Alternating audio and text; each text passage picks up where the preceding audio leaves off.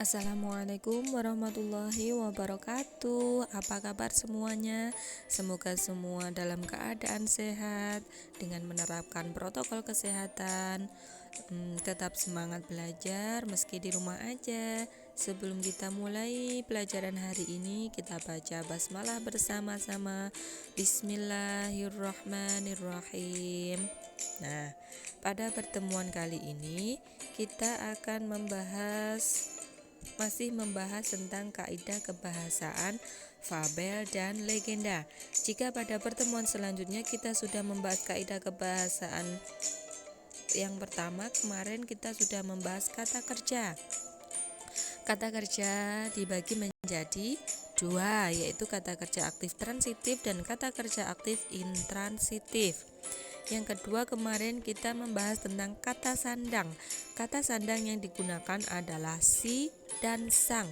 Si digunakan untuk julukan, sang digunakan untuk sesuatu yang diagungkan. Kata kaidah kebahasaan yang ketiga yaitu kata keterangan. Kata keterangan yang digunakan di untuk menerangkan tempat, pada untuk menerangkan waktu. Kaidah kebahasan yang keempat kemarin adalah kata hubung. Kata hubung yang digunakan adalah lalu, kemudian, dan akhirnya. Nah, pada hari ini kita juga masih akan membahas tentang kaidah kebahasaan selanjutnya, yaitu nomor 5, pronomina, nomor 6, kalimat langsung, dan yang terakhir nomor 7 adalah konjungsi temporal. Untuk penjelasannya simak baik-baik ya. Kaidah kebahasaan yang kelima yaitu pronomina. Pronomina atau kata ganti. Ingat, dicatat baik-baik. Pronomina adalah kata ganti. Kata ganti dibagi menjadi dua. Yang pertama persona untuk kata ganti orang. Persona adalah orang dan yang kedua adalah non-persona, selain orang. Untuk persona dibagi lagi menjadi dua, yaitu tunggal artinya satu, jamak artinya lebih dari satu. Untuk pronomina persona tunggal dibagi lagi menjadi tiga, yaitu pertama adalah aku atau orang yang sedang berbicara, aku. Bisa juga saya, bisa juga beta, dan ku. Untuk tunggal yang kedua atau orang yang diajak bicara yaitu kamu, Anda, engkau, dan mu. Untuk tunggal yang ketiga atau orang yang sedang dibicarakan adalah dia, ia, beliau, dan nya. Untuk persona jamak atau kata ganti untuk orang lebih dari satu dibagi lagi menjadi tiga. Sama seperti tunggal, ada pertama yaitu kita. Kita itu adalah aku dan kamu. Jamak yang kedua adalah kalian, adalah kamu dan kamu. Jamak yang ketiga adalah mereka, yaitu dia dan dia. Jadi artinya lebih dari satu. Ya, saya ulangi, pronomina adalah kata ganti persona untuk orang, kemudian orang atau kata ganti orang dibagi menjadi dua yaitu tunggal dan jamak. Tunggal dibagi menjadi tiga, pertama, kedua, dan ketiga. Jamak dibagi lagi menjadi tiga yaitu pertama, kedua, dan ketiga. Selanjutnya untuk kata ganti selain orang dibagi menjadi dua juga, yaitu untuk kata ganti penanya dan penunjuk. Penanya adalah disingkat menjadi adik Simba. A untuk apa, di untuk di mana, K untuk kapan, si untuk siapa, M untuk mengapa, bagaimana. Jelas ya, penanya adik Simba. Untuk selain orang penunjuk ada ini, itu, sana, sini, di sana, di sini, dan di situ.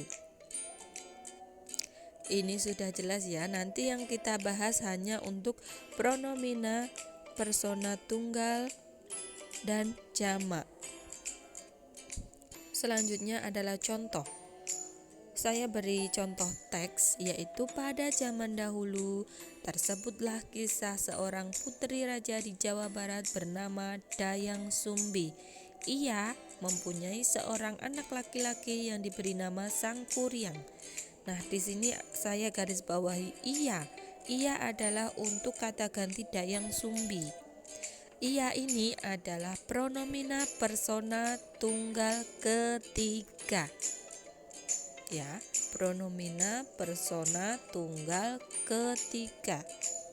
Selanjutnya, anak tersebut sangat gemar berburu. Ia berburu dengan ditemani oleh Tumang, anjing kesayangan istana. Nah, ini ada lagi kata ganti ia untuk kata ganti Sangkuriang. Ia ini sama seperti yang tadi, yaitu pronomina persona tunggal ketiga. Selanjutnya, Sangkuriang tidak tahu bahwa anjing itu adalah titisan dewa dan juga bapaknya. Anjing itu kembalinya ke anjing kesayangan istana, yaitu siapa tadi anjingnya namanya? Tumang. Iya, si Tumang atau anjing kesayangan istana. Itu kembali ke untuk kata ganti selain orang, yaitu seekor anjing. Nah, dan yang terakhir ada bapaknya. Nya itu kembali ke Sangkuriang. Nah, nya ini adalah untuk kata ganti orang atau persona, pronomina persona tunggal ketiga. Begitu ya. Sudah jelas ya? Nah, selanjutnya kaidah kebahasan yang keenam adalah kalimat langsung. Kalimat langsung ini adalah dialog dalam sebuah cerita. Ada percakapan di dalam teks cerita, fabel, dan legenda, namanya kalimat langsung. Kalimat langsung ini ditandai dengan pemakaian tanda petik 2 di atas. Seperti contoh. Saya buat teks lagi, ini hanya cuplikan atau potongan teks. Nah, ini ada potongan teks Loro Jonggrang. Esok harinya Bondowoso mendekati Loro Jonggrang. Kamu cantik sekali, maukah kau menjadi permaisuriku? Nah, yang saya garis bawahi merah ini ada, perhatikan baik-baik, ada tanda petik di atas 2. Ada 2 tanda petik di atas ini adalah menunjukkan adanya kalimat langsung atau percakapan atau dialog dalam sebuah teks. Loro Jonggrang tersentak mendengar pertanyaan Bondowoso. Laki-laki ini lancang sekali, belum kenal denganku langsung menginginkanku menjadi permaisurinya. Nah, ini juga yang saya beri tanda garis bawah merah ini adalah juga kalimat langsung, adanya percakapan, adanya dialog di dalam teks. Selanjutnya, kaidah kebahasan yang terakhir adalah konjungsi temporal. Konjungsi temporal ini adalah kata penghubung penanda urutan waktu, digunakan untuk menjabarkan keterangan waktu pada alur cerita. Nah, konjungsi temporal yang biasa digunakan antara lain setelah itu, sebelum, kemudian, bersamaan dengan itu, sementara itu, ketika, lalu, sejak, saat, selanjutnya, akhirnya, dan lain-lain. Contoh lagi potongan dari teks cerita. Nah, pada keesokan harinya, si burung gagak merasa bingung karena hanya tinggal dia sendiri di tempat itu. Hewan-hewan yang lain telah tak ada di sana dan dia tak tahu kemana mereka pergi. Akhirnya, dia memutuskan untuk terbang tidak tentu arah untuk mencari teman-temannya. Matahari yang panas menyengat dan rasa haus yang sangat menyiksa membuat burung gagak itu kelelahan dan memutuskan turun untuk berteduh di bawah sebuah pohon.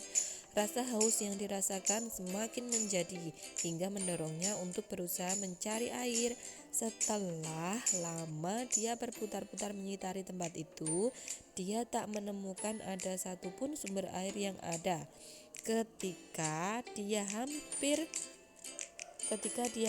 menyerah, burung gagak itu menemukan sebuah kendi yang berisi air di dalamnya.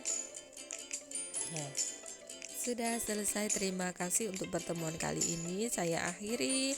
Wassalamualaikum warahmatullahi wabarakatuh.